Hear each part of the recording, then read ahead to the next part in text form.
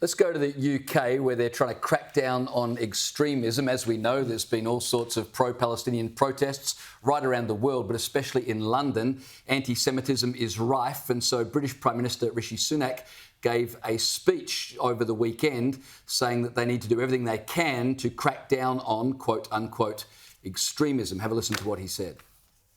What started as protests on our street has descended into intimidation, threats and planned acts of violence.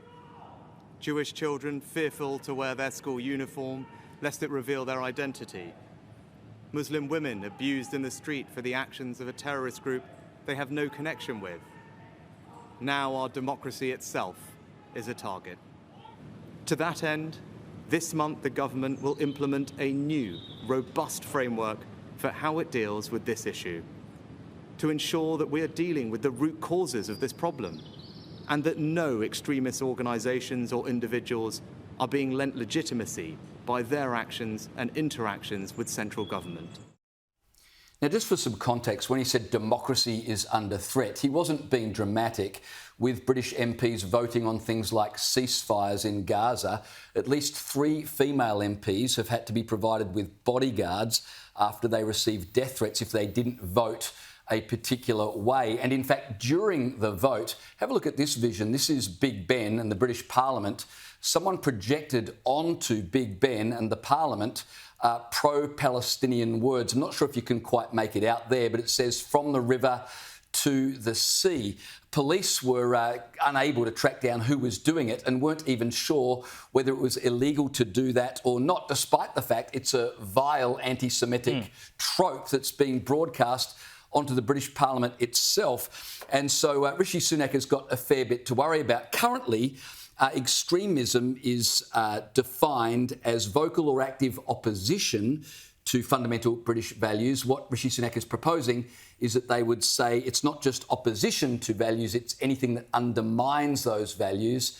And that definition, if applied to a group, would mean that group cannot receive government funding and can't engage with government bodies.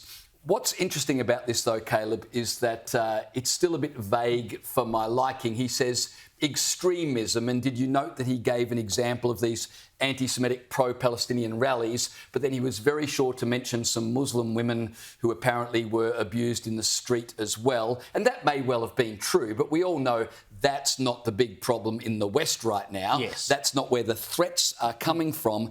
And I just wonder, if you can't be specific about the threat, if you're going to fall back on vagaries and generalities, can you really defeat the threat in the first place? Well, no. I mean, obviously he's talking out of both sides of his mouth to try and placate what is a pretty large Muslim community in the UK these days.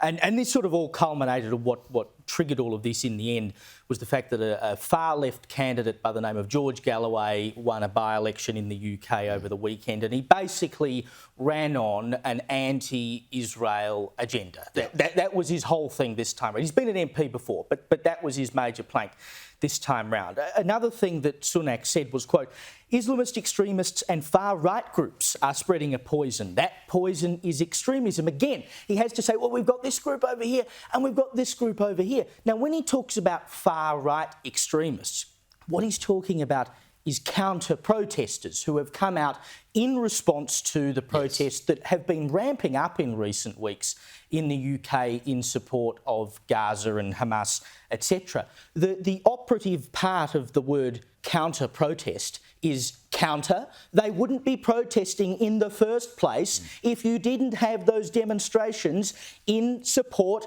of Hamas. You cannot suggest that they are the same thing, and I think you're right. Unless you are willing to say that this is the problem and this alone is the problem, Islamism, then you'll never fix it. Because you're chasing two tails that will never, ever be grabbed.